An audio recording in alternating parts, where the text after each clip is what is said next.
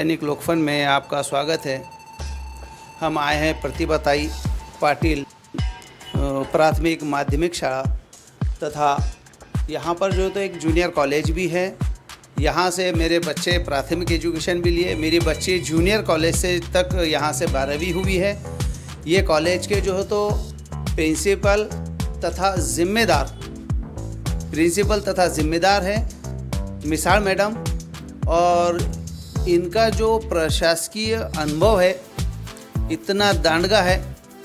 ये अगर घर पे भी रहे, कभी इत्तेफाक से तबीयत ख़राब होने की वजह से नहीं आना हुआ किसी तबीयत के इशू से, तो भी यहाँ का इनका स्टाफ है अलर्ट अपने काम से रहता है, क्योंकि उनको नहीं मालूम कि मैडम तबीयत ख़राब होने के बावजूद भी कब आ जाएंगे पता नहीं, और कोई बैठा मिल जावे, कोई गप्पा मारते मिल जावे तो मैडम कैसा उनके ऊपर ये हो जाएगी। क्योंकि मैडम जो है तो सिर्फ ये चाहते हैं क्या मेरे पास आने वाले बच्चे जो है, यहाँ पर जो स्कूल में आने वाले विद्यार्थी जो है वो उनके पालक के बच्चे नहीं, बल्कि वो सब बच्चों की पालक मैं हूँ।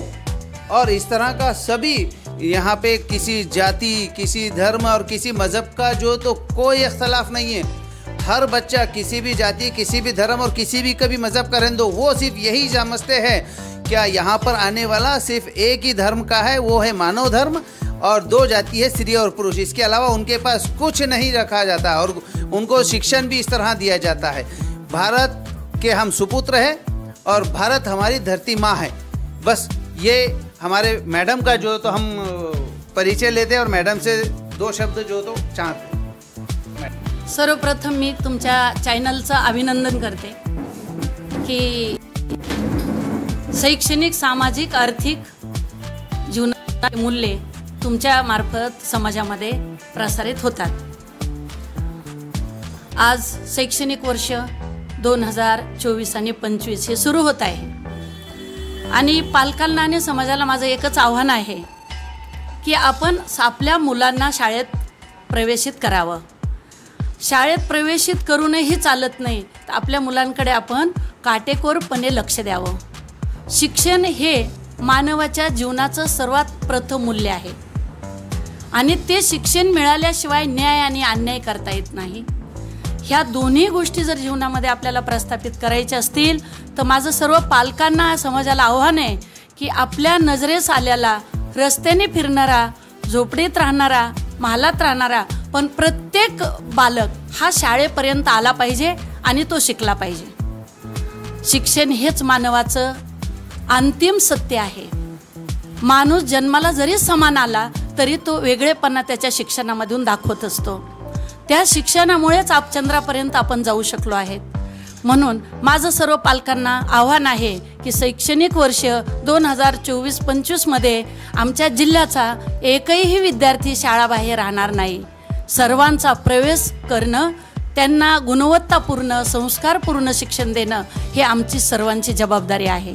म्हणून माझं सर्व पालकांना, समाजातील वडीलधाऱ्या व्यक्तींना, पारावर बसणाऱ्या व्यक्तींना, रिटायर व्यक्तींना माझं सर्वांना आव्हान आहे की आपल्या नजरेस आल्याला प्रत्येक बालक हा शाळेत गेला पाहिजे, ही आपली सगळ्यांची जबाबदारी आहे। आणि म्हणून सर्व समाजातील सर्व मान्यवरांना, लहान थोरांना मी आव्हान करते की शाळा हे एक ज्ञानाचं मंदिर आहे, त्या भिंती नाही आहेत। शाळा हे मानवाच्या जीवनाची प्रगतीचं माध्यम आहे। शाळा ही उन्नतीचं आणि बदल करण्याचं आहे। साधे नाही, साधे जेव्हा त्या शाळेत जाऊन आपला विद्यार्थी एक वर्ग, एक पैलू त्यामधला आपल्या जीवनामध्ये मूल्यपूर्ण शिक्षण घेईल, तेव्हा त्या शाळेचं महत्त्व प्राप्त होईल। आणि म्हणून मी सर्व समाजाचे आणि माझ्या पालकांचे खूप खूप धन्यवाद करते, कारण त्यांच्या मुलामुळे आणि ह्या पालकांमुळे या शाळेला एवढं महत्त्व प्राप्त झालं आणि ते महत्त्व मला खूप मोठं करून गेलं। म्हणून पालकांचे खूप खूप धन्यवाद। समाजातील सर्व घटकांनी जी काही मला या माझ्या पूर्ण 33 वर्षाच्या काळामध्ये मदत केली, त्यांच्या मुलाच्या अभ्यासामुळे शाळा मोठी झाली। शाळेला एवढे पुरस्कार मिळणं, शाळेचं नाव महाराष्ट्रात नव्हे तर भारतात होणं, भारताबाहेर विद्यार्थी जाणं, हे माझ्या सर्व पालकांचं आणि सर्वात महत्त्वाचं ज्यांनी प्रत्यक्ष खांद्यावर बंदूक घेऊन लढाई केली आहे असे माझे सर्व कर्मचारी।